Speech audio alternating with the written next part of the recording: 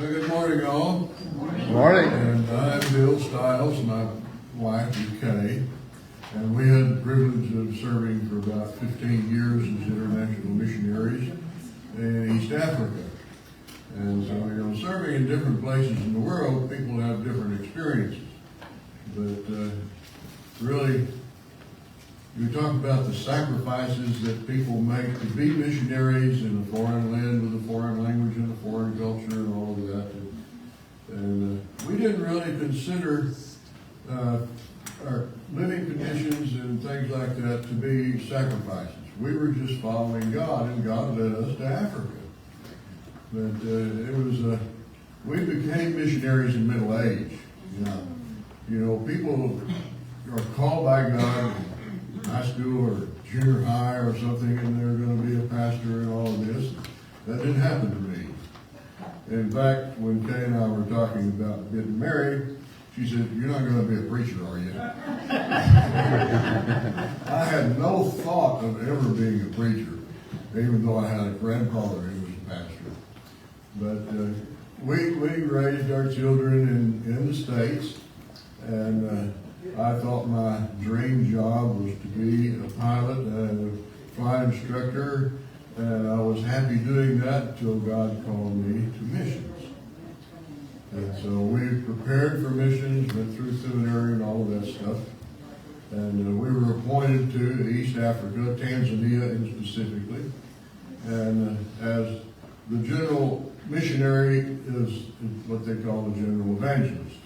And that's what they needed. I tried for 5 years to be a missionary pilot. And the foreign mission board said, "We don't need pilots, we need preachers." And so I became a preacher. I was following God to be a missionary.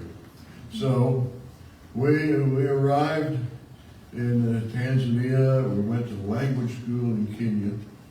And, you get the idea of missionaries living in a village in a grass hut with a dirt floor. We never lived in a grass hut with a dirt floor. But in our language school, they had one building which was supposed to look like a Maasai hut. It was round, but it was not grass or mud. It was built with rock, but it had a thatched roof. But our first experience there in Africa was to live in that little round house. And when we moved in, Kay said, "I don't know if I can live here or not." Because they had a big meeting there, and they had set this house up as sleeping quarters for a bunch of men. So the living area was full of beds. Bunk beds. But they eventually took the beds away and gave us some furniture. We got there in April. That's the rainy season in that part of the country. And we found very quickly that there was a huge leak over the toilet.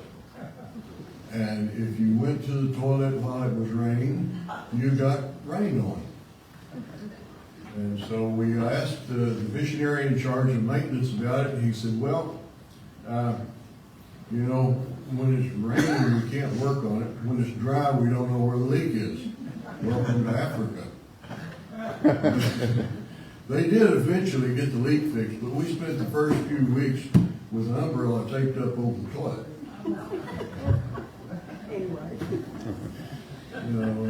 Anyway, that's just life in Africa. We didn't think of it as a sacrifice or anything. We were just excited to follow the Lord. And when you make the commitment to follow the Lord completely, I really had to get down to the end of my road and say, "Okay, Lord, I'll follow you wherever you want me to go, do whatever you want me to do, whenever you want me to do it." And that is really following the Lord. But we lived in Tanzania, several places, and in other parts of East Africa. And I found my true dream job as being a missionary pilot in Africa. But then there's always other jobs that haven't been filled, as supervising churches in the area and preaching in a different church every Sunday, and doing that sort of thing. That was my other ministry, besides being the missionary pilot and flying all over Tanzania and Kenya. But it was a really great experience following the Lord.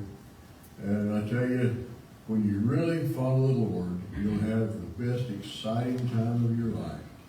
Thank you very much.